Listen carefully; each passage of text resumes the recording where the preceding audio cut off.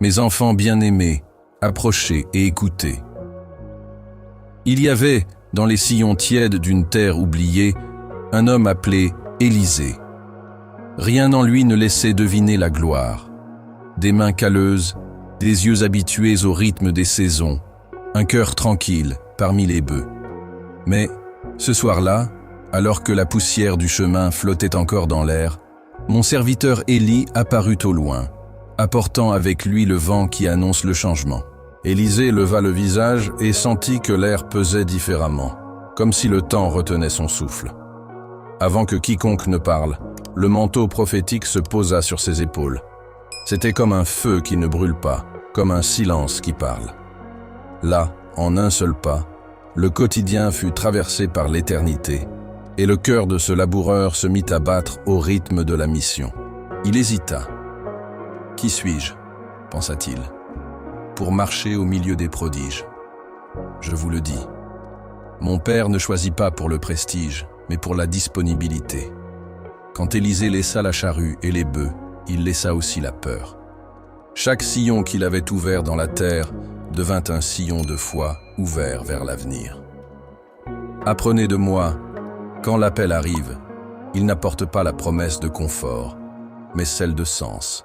La justice, c'est écouter la voix qui élève l'humble. La miséricorde, c'est répondre sans exiger de preuves. Le repentir, c'est brûler le passé sur l'autel de l'obéissance. La rédemption, c'est découvrir que l'extraordinaire habite l'ordinaire. Et maintenant, lequel d'entre vous, entendant ce murmure divin, restera accroché à l'ancienne charrue? L'appel continue de résonner. Quelle décision prendrez-vous?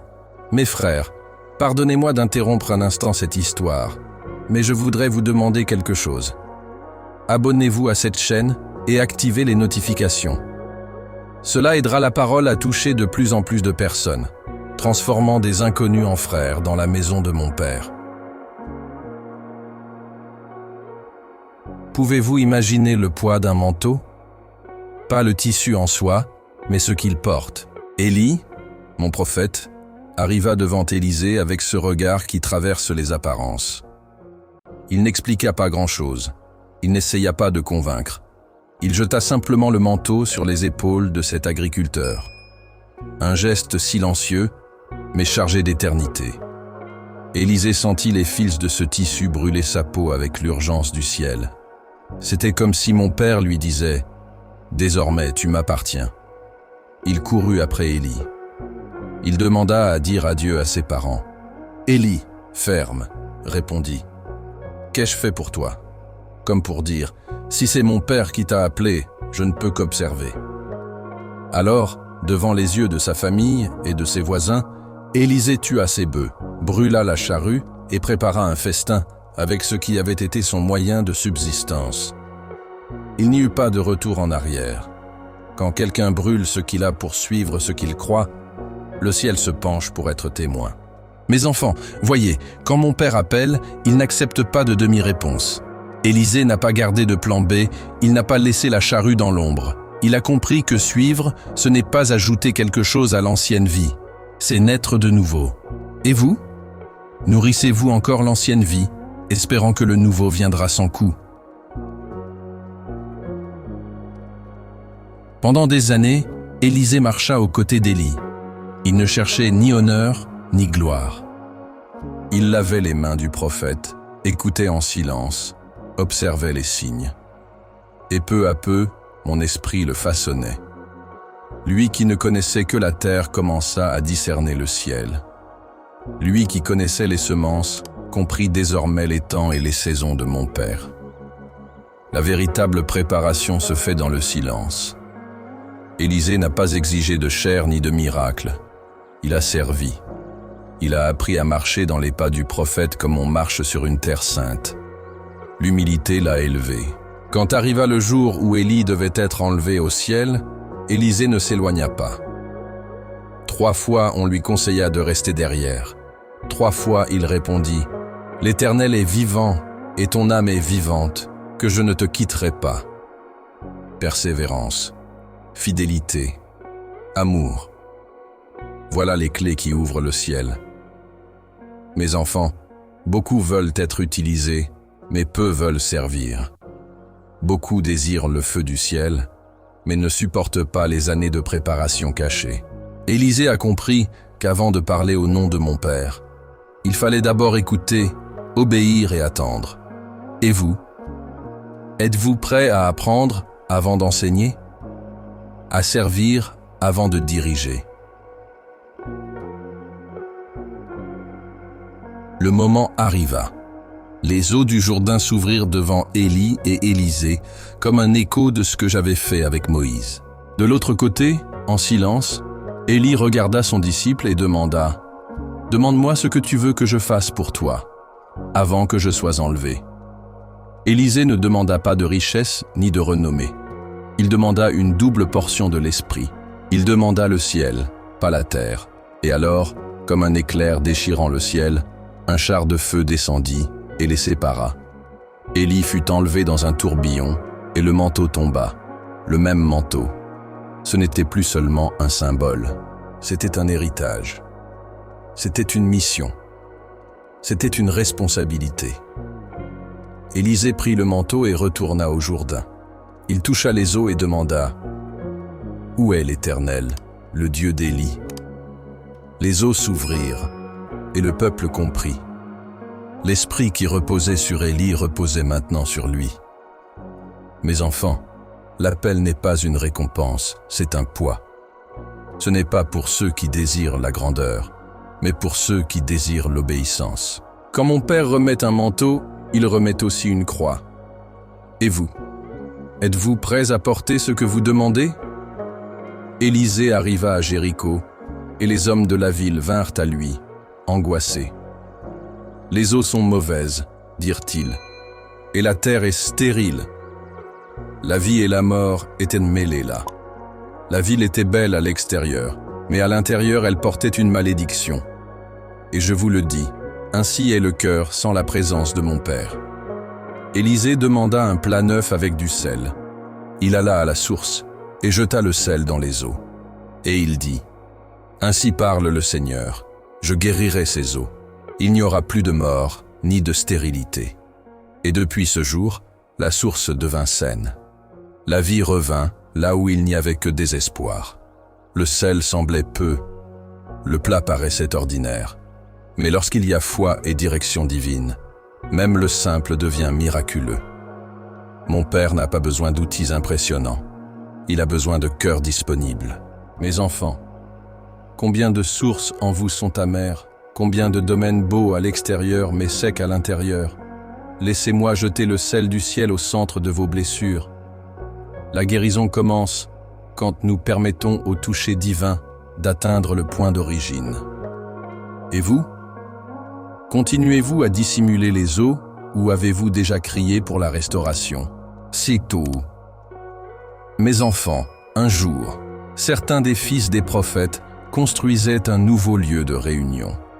De simples serviteurs, des mains dévouées, des cœurs désireux de plus d'espace pour chercher mon Père. Mais alors qu'ils coupèrent du bois près du Jourdain, le fer d'une hache échappa du manche et coula dans le fleuve. Le jeune homme qui la maniait fut bouleversé.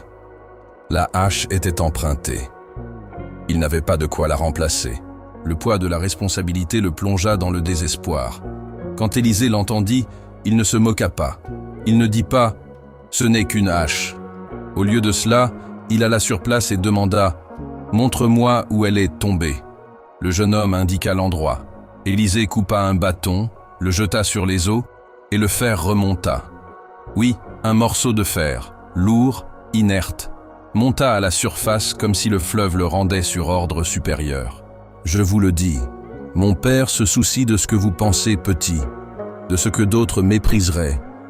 Rien n'est hors de sa portée, ni ce qui coule dans les eaux de l'erreur, ni ce qui a été perdu dans la précipitation de la vie. Et vous? Combien de haches avez-vous perdu en pensant qu'il ne valait plus la peine de chercher? Combien de demandes n'avez-vous pas faites en les jugeant trop petites? Élisée savait, si c'est entre les mains du juste, même l'ordinaire peut devenir miracle. N'ignorez pas ce que mon Père peut restaurer. À une autre occasion, la famine ravageait la terre. Les fils des prophètes étaient rassemblés, affamés, avec peu de pain et quelques grains. La nourriture était insuffisante, le découragement abondant. Mais Élisée ne se désespéra pas. Il reçut 20 pains d'orge et quelques épis frais, et il ordonna « Donnez au peuple, qu'il mange ». Les serviteurs doutèrent. « Comment puis-je donner cela à 100 hommes » dirent-ils. Élisée répéta « Donnez au peuple, qu'il mange, car ainsi parle le Seigneur. Ils mangeront, et il en restera. » Et ce fut ainsi. Tous mangèrent, et il en resta. Mes enfants, ce n'est pas la quantité qui détermine le miracle. C'est la présence de la promesse. Moi-même, j'ai multiplié pain et poissons, et je vous le dis, un cœur reconnaissant et obéissant est plus puissant que des greniers pleins. Vous attendez que cela déborde pour seulement après partager. Mais Élisée a montré, le miracle se produit quand on fait confiance avant de voir. La table du ciel n'est pas limitée par la rareté de la terre. Quand vous êtes prêt à partager le peu, mon Père se charge de multiplier le nécessaire. Et alors, quand cesserez-vous de retenir et commencerez-vous à faire confiance? Écoutez, car cette histoire parle de désespoir et d'espérance. Une veuve vint trouver Élisée, les yeux lourds d'angoisse. Son mari, fidèle serviteur des prophètes, était mort. Et maintenant, les créanciers viendraient prendre ses fils comme esclaves. Elle n'avait rien, sauf une petite fiole d'huile. Élisée ne lui donna pas d'argent. Il ne lui offrit pas de promesses vides. Il demanda quelque chose de simple. « Va, prends des vases vides, beaucoup, empruntant à tes voisins, pas peu. » Elle obéit, et elle commença à verser l'huile dans la solitude de sa chambre. Le liquide coulait sans cesse. Chaque vase se remplissait, et il en restait encore. L'huile ne s'arrêta que lorsqu'il n'y eut plus de récipient. Le miracle eut lieu dans le secret, sans public, sans applaudissements, seulement foi et obéissance. Mes enfants, vous dites, je n'ai rien. Mais mon Père commence toujours avec le peu. La veuve dut agir avant de voir, se courber de porte en porte, demandant des vases, comme on prépare de l'espace pour quelque chose d'invisible. Et vous? Attendez-vous encore de voir l'huile avant de chercher les vases? Le ciel agit quand vous lui faites de la place. En marchant à Sunem, Élisée fut accueilli par une femme au cœur généreux. Elle le voyait passer et l'invitait à prendre des repas. Puis, avec son mari, elle lui prépara une chambre simple mais honorable. Un lit, une table, une chaise et un chandelier. C'était peu aux yeux du monde, mais beaucoup aux yeux du ciel. Élisée, touché par cette bonté silencieuse, demanda ce qu'il pouvait faire pour elle. La femme refusa les faveurs, car sa joie était de servir. Mais Élisée, guidé par mon Père, perçut ce que son cœur ne disait pas. Elle n'avait pas d'enfant. Alors il prophétisa. « Au temps fixé, tu embrasseras un fils. » Et ainsi fut-il. La vie naquit là où il y avait silence. Le ventre autrefois stérile devint la demeure de la promesse. Mes enfants, le ciel observe les gestes silencieux. Ce que vous faites sans chercher de récompense. La Sunamite n'a pas construit un palais. Elle a simplement préparé une place. Et lorsque vous ouvrez un espace pour ma présence, quelque chose bouge dans les hauteurs. Servez-vous sans attendre de retour. Ou servez-vous en espérant une récompense. Le cœur qui donne par amour sera toujours surpris par la grâce. Mes frères, permettez-moi juste un instant. Si vous vous abonnez à cette chaîne, vous nous aiderez à partager l'Évangile avec encore plus de personnes. Chaque nouvel abonné nous permet de semer la parole dans des cœurs qui en ont besoin. Mais reprenons maintenant. Dans la quiétude de la maison de la Sunamite, où il y avait de l'hospitalité sans exigence, une promesse fut semée. Élisée, voyant le cœur généreux de cette femme, remarqua ce que les yeux naturels ne voyaient pas. Elle n'avait pas d'enfant.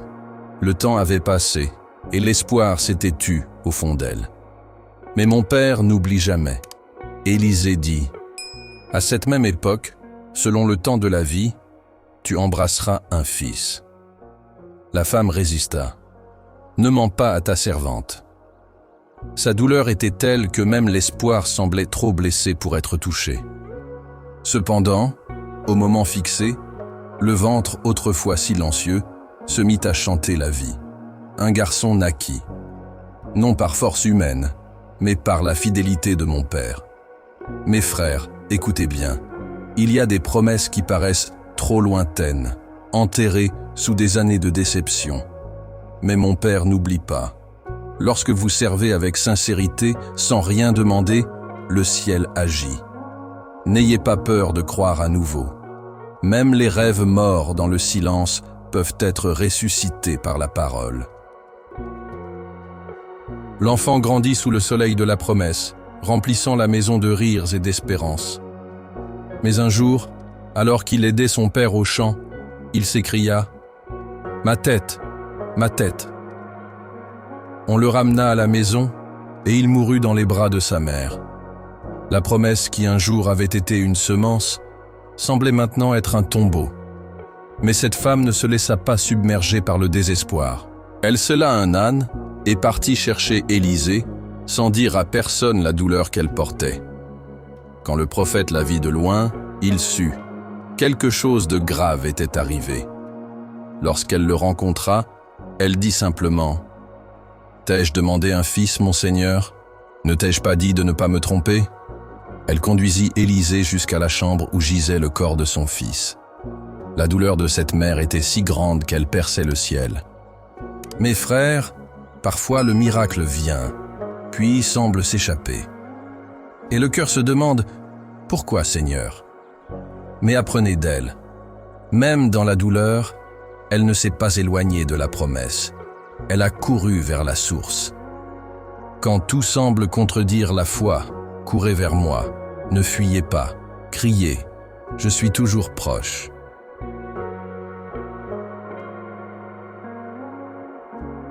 Quand Élisée entra dans cette chambre, il vit l'enfant étendu sur le lit, sans vie. Le silence était lourd, comme si l'espérance avait cessé de respirer. Mais Élisée savait qu'il n'était pas seul. Il pria, il supplia. Puis il s'étendit sur l'enfant, yeux contre yeux, main contre main, cœur contre cœur. La chair de l'enfant se réchauffa. La vie commença à revenir, doucement, comme le lever du soleil dans une nuit sombre. Soudain, l'enfant éternua 7 fois et ouvrit les yeux. La promesse qui était morte respirait à nouveau. Élisée appela la mère. Il dit « Prends ton fils ». Et à cet instant, la chambre fut remplie de gratitude et de révérence. La joie d'autrefois revint, mais cette fois, elle portait le poids de l'éternité. Mes frères, rien n'est trop mort pour que mon Père ne puisse le ressusciter. Peu importe combien quelque chose semble perdu, Élisée n'a pas abandonné. Il a prié avec foi, il a insisté avec audace. Parfois, le miracle exige persévérance, proximité, abandon total. Et vous, face à ce qui est mort dans vos vies, avez-vous encore la foi de vous allonger dans la prière jusqu'à ce que l'impossible respire? Naaman était un grand homme aux yeux du monde, un général puissant, honoré par le roi, vainqueur de nombreuses batailles. Mais sous son armure, il avait la lèpre. Une maladie cachée que ni sa gloire ni son or ne pouvaient guérir. Guidé par les paroles d'une jeune esclave israélite, il vint en Israël. Il vint chercher Élisée, s'attendant à des cérémonies, de l'honneur, des rituels. Mais Élisée ne sortit même pas le voir. Il envoya seulement un message. « Va, lave-toi 7 fois dans le Jourdain, et ta chair sera restaurée. » Naaman se mit en colère. Il se sentit humilié. Mais ses serviteurs lui dirent « Si l'on t'avait demandé quelque chose de difficile, ne l'aurais-tu pas fait? Combien plus quelque chose de simple ?» Naaman céda. Il descendit au fleuve. Il s'immergea 7 fois. Et quand il remonta, Sa chair était comme celle d'un enfant. Mes frères, apprenez ceci.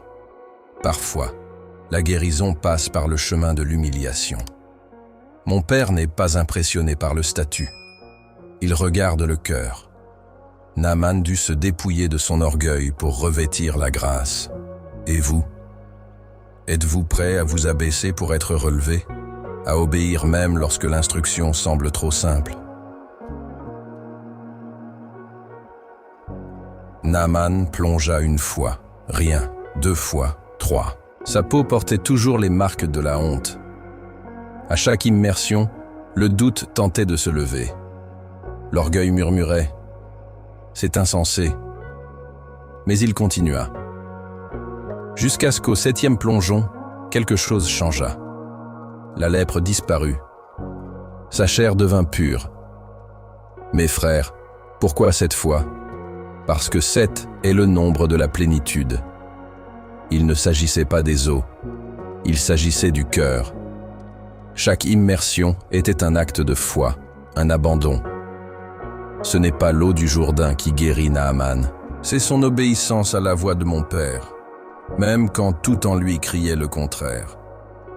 Beaucoup d'entre vous veulent des miracles sans processus. Ils veulent la restauration sans renoncement. Mais mon Père travaille en profondeur. Il ne veut pas seulement guérir la chair, mais transformer le cœur. Naaman revint différent, non seulement parce qu'il était purifié, mais parce qu'il s'était rendu.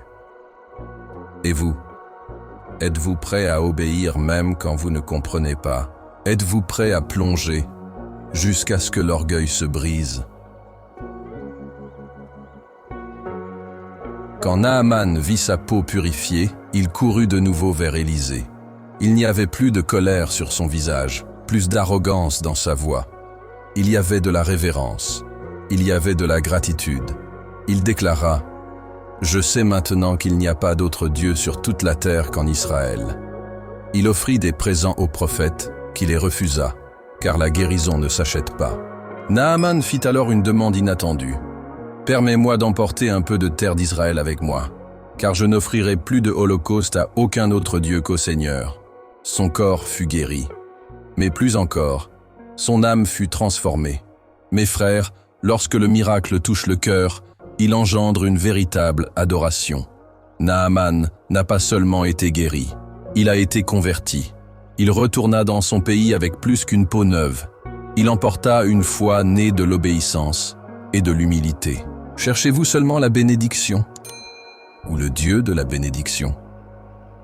Beaucoup veulent les mains du ciel, mais refusent de s'incliner devant sa face.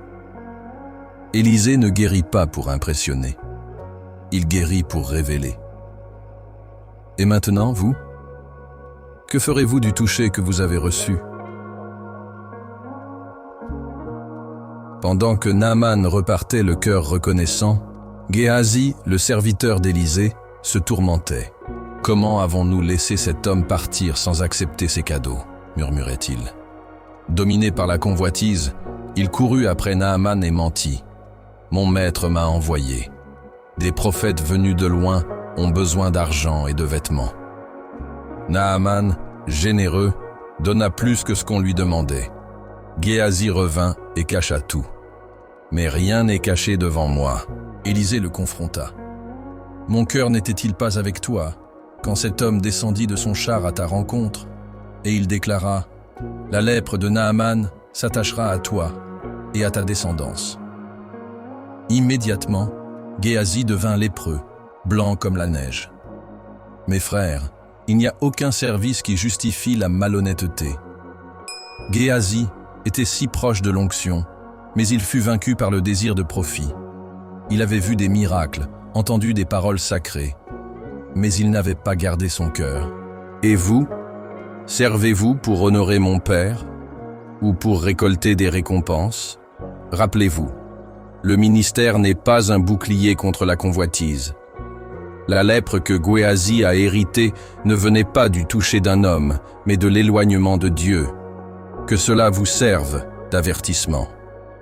Une multitude d'ennemis marchait contre le roi Josaphat. Les armées de Moab, d'Ammon et d'autres s'unirent contre Juda. Et Josaphat, en l'apprenant, ne mit pas sa confiance dans la force des armes. Il convoqua le peuple pour jeûner et chercher mon père. Au milieu du temple, il se prosterna et pria. « Nous ne savons que faire, mais nos yeux sont sur toi. » Alors, mon esprit vint sur un Lévite, qui prophétisa. « Dans cette bataille, vous n'aurez pas à combattre. Restez tranquille et voyez le salut du Seigneur. » Et le roi crut. Le lendemain, Josaphat fit quelque chose d'impensable. Il plaça des chanteurs devant l'armée. Et tandis qu'il louait, les ennemis furent plongés dans la confusion et s'entretuèrent.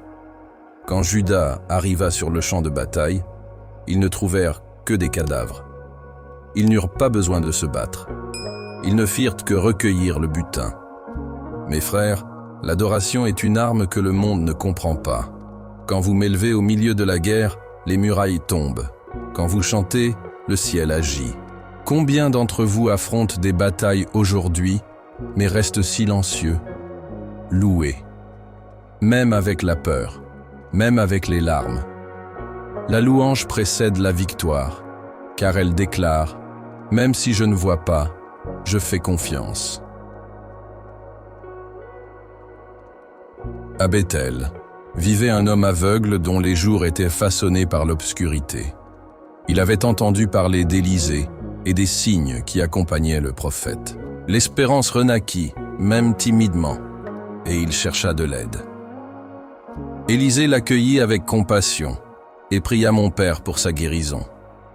Il lui demanda de se laver 7 fois, comme il l'avait déjà fait avec Naaman, et il obéit. Chaque immersion était un pas entre l'ombre et la foi. Et lorsqu'il sortit pour la dernière fois, ses yeux s'ouvrirent. La lumière traversa ses pupilles endormies. Il vit le ciel. Il vit le visage d'Élisée. Il vit la vie pour la première fois telle qu'elle était vraiment. Mes frères, il existe des aveuglements qui ne sont pas seulement dans les yeux. Beaucoup voient, mais ne regardent pas. Beaucoup marchent, mais sans direction. Le miracle de l'aveugle de Béthel est le reflet de l'œuvre que mon Père veut accomplir en vous. Ouvrir les yeux de l'âme. Montrer qu'il y a plus que ce que le monde offre. Vivez-vous encore en tâtonnant dans la vie? Demandez la lumière. Demandez la vision spirituelle. Car quand la lumière entre, l'obscurité perd son pouvoir. Hazaël, serviteur du roi de Syrie, vint voir Élisée avec des présents. Le roi, malade, voulait savoir s'il vivrait.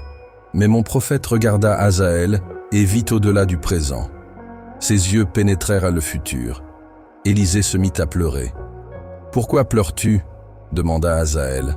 Et Élisée répondit, « Parce que je vois le mal que tu feras à Israël.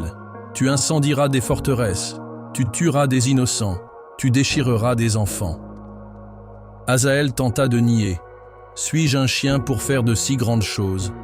Mais la prophétie était claire. Il deviendrait roi. Et quelques jours plus tard, il assassina son propre maître et prit le trône de Syrie. Mes frères, l'avenir n'apporte pas toujours du réconfort. Parfois, il révèle des douleurs que mon Père, dans sa justice, permet pour corriger, pour juger, pour réveiller. Élisée ne pleura pas par peur, il pleura par compassion. Et vous? Avec le pouvoir entre vos mains, que feriez-vous? Beaucoup se perdent lorsqu'ils obtiennent ce qu'ils désirent. C'est pourquoi demandez non seulement des chemins ouverts, mais des cœurs gardés. Car tout succès n'est pas une bénédiction. Et tout trône ne vient pas de moi. Je vous demande pardon à nouveau. Mais si vous pouvez vous abonner à notre chaîne, cela nous aidera vraiment à grandir et à toucher encore plus de personnes. Mais maintenant, revenons à notre histoire. Un jour de grande maladie, le roi Ézéchias reçut la parole d'Ésaïe. « Mets ta maison en ordre, car tu mourras. » Il tourna son visage vers le mur et pleura amèrement. Sa prière monta aux cieux comme un cri de foi. Et avant qu'Ésaïe ne sorte de la cour, mon père lui ordonna « Retourne et dis, j'ai entendu ta prière, et j'ajouterai 15 années à tes jours. » Mais le roi demanda un signe, et l'impossible arriva. L'ombre de l'horloge solaire recula de 10 degrés. Le temps recula, le cours de la lumière fut inversé. L'éternité toucha le monde physique comme preuve que je suis Seigneur sur le temps, sur la vie, sur tout. Mes frères, qui pourrait faire reculer l'ombre? Qui, sinon mon Père, peut interrompre les cycles pour montrer sa miséricorde? Beaucoup d'entre vous pensent que le temps est perdu, qu'il est trop tard. Mais l'horloge du ciel n'est pas prisonnière de la vôtre. Le repentir sincère peut changer le destin. La prière faite avec un cœur brisé déplace l'impossible. Et vous? Croyez-vous encore que ma volonté peut intervenir dans vos jours? Une deuxième fois, pendant les jours d'Élysée, quelque chose de curieux se produisit.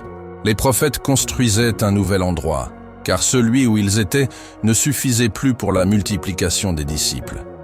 En coupant du bois près du fleuve, le fer d'une hache tomba dans les eaux profondes. « Ah, mon Seigneur, elle était empruntée !» cria l'homme. Son angoisse était réelle. Mais Élisée ne méprisa pas son cri. Il prit un morceau de bois et le jeta à l'endroit où la hache était tombée. Et alors, l'impossible se répéta. Le fer remonta. La hache flotta. Mes frères, beaucoup méprisent les détails, mais mon Père se soucie de ce qui compte pour vous. Une hache peut sembler insignifiante aux yeux du monde, mais pour celui qui ne peut la remplacer, elle représente tout. Apprenez ceci. Aucun problème n'est trop petit pour être présenté au ciel. Aucune perte n'est insignifiante pour celui qui se confie. Le même Dieu qui a bouleversé cieux et terre pour des rois, déplace aussi les eaux pour des serviteurs. Et vous, gardez-vous vos douleurs en pensant qu'elles ne méritent pas d'attention? Déposez vos soucis sur moi, car je prends soin de vous. Les jours passèrent, et le corps d'Élisée commença à ressentir le poids du temps. Celui qui avait été appelé dans les champs, qui avait porté le manteau, qui avait ouvert les eaux et ressuscité les morts, approchait maintenant de la fin de son parcours sur terre. Mais il ne s'attrista pas. Il se retira simplement, entouré des disciples qu'il avait formés et enseignés. Il savait, ce que mon Père commence ne se termine jamais par la mort. Sa vie était une semence, et toute semence, lorsqu'elle tombe en bonne terre, se multiplie. Élisée ne courut pas après la gloire, mais après la fidélité. Et pour cela, même dans ses derniers jours, il y avait encore de la force dans sa voix et de la vision dans son âme. Mes frères, l'approche de la mort révèle où nous plaçons notre espérance. Élisée ne craignait pas de partir, car sa vie était enracinée dans l'éternité. La fin de sa mission n'était pas la fin de l'histoire, mais la continuité du plan de mon Père à travers d'autres. Et vous? Vivez-vous comme si vous saviez que la vie ne s'arrête pas ici? Que semez-vous? Car la fin n'effraie pas ceux qui vivent avec un but.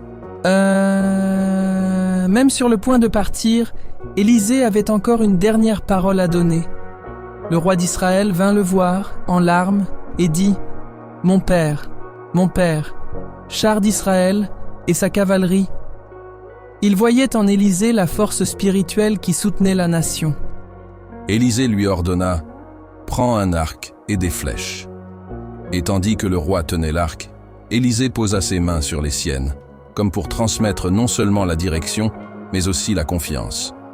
« Ouvre la fenêtre vers l'Orient, dit-il, et tire. » La flèche s'envola, et Élisée déclara « Flèche de délivrance du Seigneur, flèche de délivrance contre la Syrie. » Puis, il ordonna de frapper la terre avec d'autres flèches.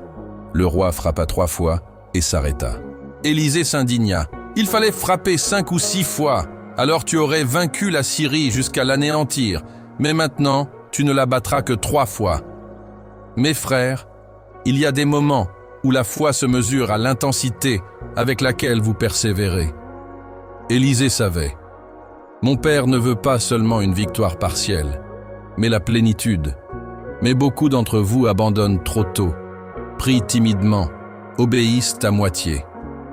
Et vous? Avec quelle force lancez-vous les flèches de la foi? Vous arrêtez-vous au milieu, quand vous êtes à un pas de la victoire totale. Le jour arriva. Élisée, l'homme qui avait vu Élie monter dans un char de feu, qui avait marché avec audace et onction, se reposa enfin. Il mourut. Et ses disciples pleurèrent. Non seulement par nostalgie, mais parce qu'ils savaient qu'une ère s'achevait. Mais le ciel ne se tut pas.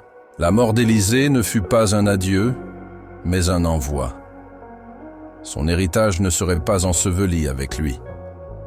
Chaque miracle qu'il avait accompli, chaque parole qu'il avait prononcée, chaque prière qu'il avait élevée, avait été plantée comme une flamme vivante dans le cœur de ses disciples. Mes frères, la mort n'a pas le pouvoir d'effacer ce qui a été fait en mon nom. Élisée n'a pas vécu pour lui-même. Il a vécu pour révéler la gloire de mon Père. Et c'est pourquoi, même absent, sa présence touchait encore la terre. Et vous? Si aujourd'hui était le dernier jour, que laisseriez-vous? Quels souvenirs vos vies ont-elles construits? La fin du chemin n'est que le début de la récolte de ce que vous avez semé dans la foi. Quelque temps après sa mort, des soldats israélites enterraient un homme lorsqu'ils aperçurent soudain un groupe ennemi s'approcher. Pressés, ils jetèrent le corps dans le tombeau le plus proche, celui d'Élisée. Et là, dans cette hâte, dans la peur et l'improvisation, le miracle arriva. Dès que le corps mort toucha les os d'Élisée, la vie revint. L'homme ressuscita, il se leva, il respira, et il sortit en marchant. Mes frères, voyez ce que mon Père est capable de faire. L'onction qui reposait sur Élisée était si réelle, si vivante, que même la mort ne pouvait la contenir. Ses os, sans chair, sans voix, portaient encore la marque de la présence divine. Cela vous enseigne, une vie vécue dans l'onction laisse des traces qui durent. Une foi solide résonne au-delà du tombeau. Et vous? Vivez-vous de telle manière que même votre absence glorifie encore le ciel? Ne sous-estimez pas ce que mon Père peut faire avec une vie entièrement consacrée. Même la mort n'est pas une barrière pour ceux qui vivent par la foi.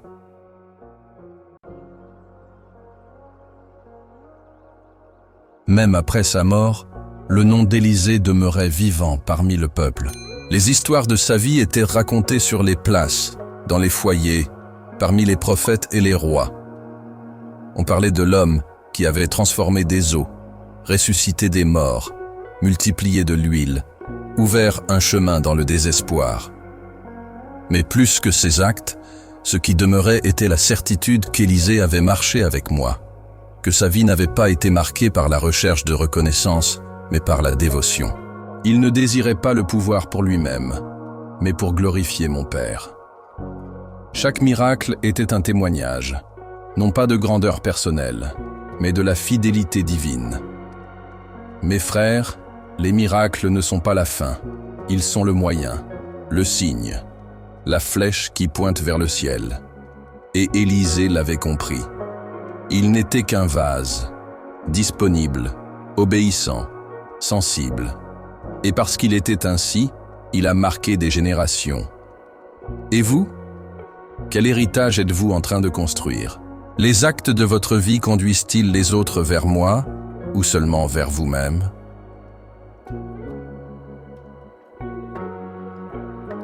Élisée n'a pas commencé comme prophète.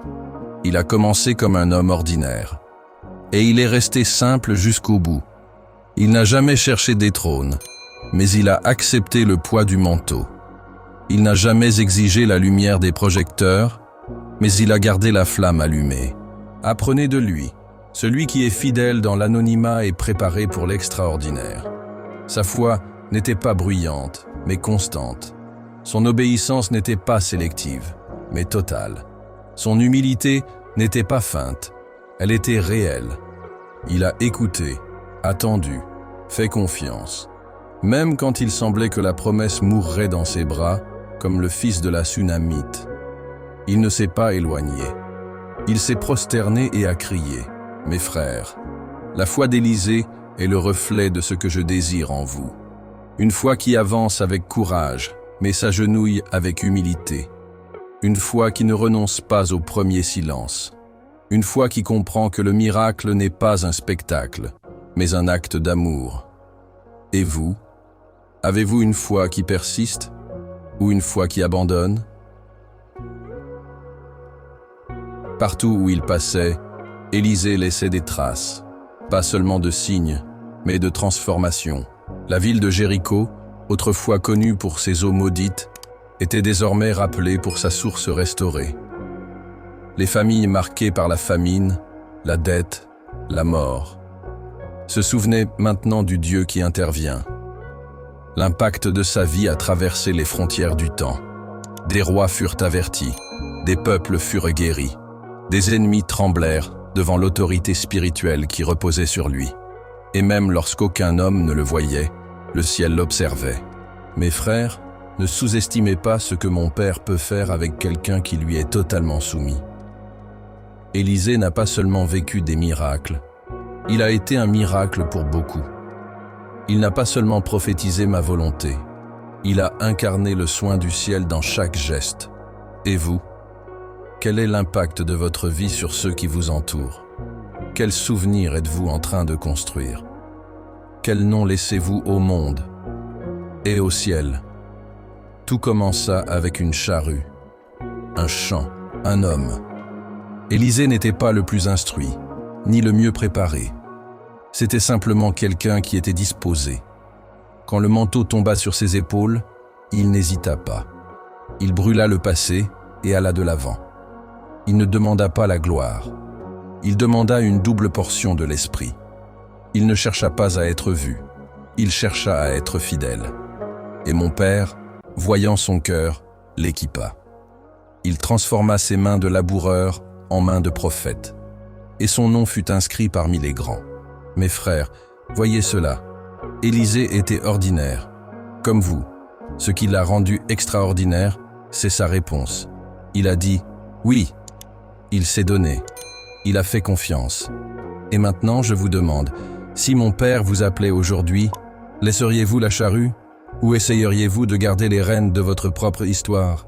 Mes frères, maintenant que vous avez entendu toute cette histoire, je veux que vous regardiez Élisée encore une fois, mais pas avec les yeux du passé.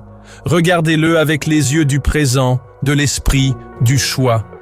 Parce qu'Élisée a été, oui, un prophète, mais avant cela, il a été un homme ordinaire. Il travaillait avec des bœufs, il connaissait la poussière de la terre, il n'avait ni scène, ni foule. Son nom ne résonnait pas parmi les rois, jusqu'au jour où le manteau tomba sur ses épaules. Et à cet instant, le ciel toucha la terre, et l'ordinaire devint sacré. Il aurait pu hésiter, il aurait pu dire « Je ne suis pas capable ». Il aurait pu rendre le manteau, mais il ne l'a pas fait. Il a brûlé tout ce qui le liait au passé et il s'est donné. Et c'est cet abandon qui l'a transformé. Ce n'était pas la force, ce n'était pas le talent. C'était le oui, un oui entier. Et qu'est-il venu ensuite? L'audace, des miracles, une foi qui a brisé le silence, un courage qui a affronté la mort, une humilité qui ne cherchait pas la reconnaissance. Élisée n'a pas vécu pour lui-même, il a vécu pour que mon Père soit vu. Et c'est pourquoi sa vie ne s'arrête pas au tombeau. Aujourd'hui encore, son nom inspire. Aujourd'hui encore, ses eaux parlent. Mais maintenant, je vous regarde. Combien d'entre vous ont encore les mains accrochées à la charrue, attendant le bon moment pour me suivre? Combien disent « Appelle-moi, Seigneur », mais quand le manteau arrive, ils se cachent. Combien veulent vivre des miracles, mais ne veulent pas renoncer au confort? Élisée m'a suivi sans garantie, sans carte, sans manuel. Et c'est précisément pour cela que j'ai pu l'utiliser. Mes frères, pensez-vous que l'histoire s'est terminée avec Élisée? Je vous le dis, le même esprit qui a agi en Élisée agit encore. Il appelle encore. Il oint encore. Il envoie encore. La question n'a pas changé. Le ciel cherche encore des cœurs disposés. Et maintenant, devant ce que vous avez entendu, devant ce que j'ai révélé, que choisirez-vous? Mes frères, si vous êtes restés jusqu'à la fin et que vous avez profité de ce moment que nous avons partagé ensemble, je vais vous demander encore une fois de nous aider à grandir et à atteindre plus de personnes. Abonnez-vous à cette chaîne, partagez cette vidéo avec vos amis et vos proches, diffusez du contenu de qualité autour de vous. Cela ne fera pas seulement du bien à votre cœur, mais aussi à chaque personne que ce message pourra toucher. Je vous souhaite une journée pleine de paix, que mon Père bénisse et prenne soin de chacun de vous. Et n'oubliez pas, nous nous retrouverons très bientôt pour un nouveau moment de partage et de connaissance ici sur cette chaîne.